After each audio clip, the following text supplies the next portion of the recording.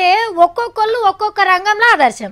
ఇప్పుడు క్రికెట్లో సచిన్ సారు, టెన్నిస్లో సానియా అమ్మ, హీరోలలో అమితాబ్ బచ్చన్ సారు, బిజినెస్లో అంబానీ సారు, సంగీతంలో రేమన్ సారు, కండలకు సల్మాన్ సార్ ఇట్లుంటారు కదా. ఇక రాజకీయంలో అందరు లీడర్లకు అందరికీ ఆదర్శమే. వాళ్ళ తండ్రుల కొడుకులకు ఆదర్శం. ఇట్లనే వృత్తులలో కూడా ఆదర్శమూర్తులు ఉంటారు.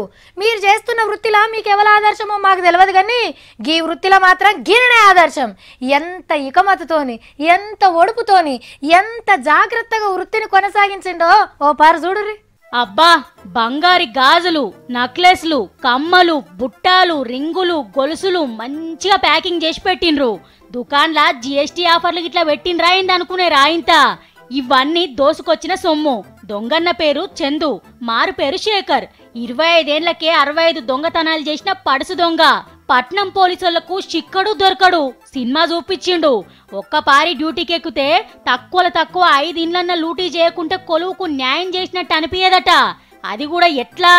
జాడ తెలివొద్దని సెల్ ఫోన్లు వాడడు. ఏలుముద్రలు పడకుండా చేతులకు తొడుగులేస్తాడు. మొదలు సీక్రెట్ కెమెరాల వైర్లు కటింగ్ అయినాకనే అస్సలు పని సురువు చేస్తాడు. గంత ఇకమతు గల దొంగ. మరి ఏ సొంటింట్లకు సూటి పెడతాడో చెప్పన్నా? లైట్ వేస్ట్ లేకపోతే గేట్ కు తాళం ఉంటుంది కదా, గేట్ కు తాళం వేసి ఉంటే ఇంట్లో మనుషులు లేరని సెలెక్ట్ చేస్తాం. అబ్బా, ఏం తెలివన్నా! రాత్రిపూట ఇంట్లో లైట్ వేసి గేటుకు తాళం వేసిన ఇంటిని గుత్తపడతాడట. మేము ఇంట్లోనే ఉన్నామని నమ్మిస్తేందుకు లైట్ వేస్తారు, మరి ఇంట్లోన్నాక గేటుకు తాళం ఎందుకు అనేది అన్న లాజిక్. ఇంకా అన్న, బిల్డింగ్ పైన ఎక్కి బిల్డింగ్ పైన నుంచి ఒక బిల్డింగ్ నుంచి ఒక బిల్డింగ్ దాటుకుంటూ వెళ్తాను. అది స్పైడర్ మ్యాన్ దొంగ అనుకో రాదుండ్రి.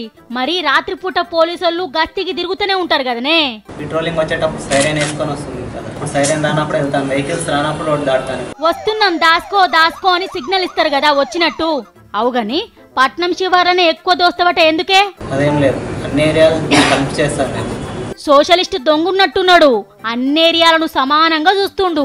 ఇంత తెలివి కల్ల దొంగను ఉత్తగా జైల్లో పెట్టి మేపుడు కంటే గజ దొంగలను పట్టేందుకు పోలీసులే వాడుకుంటే బాగుంటదేమో.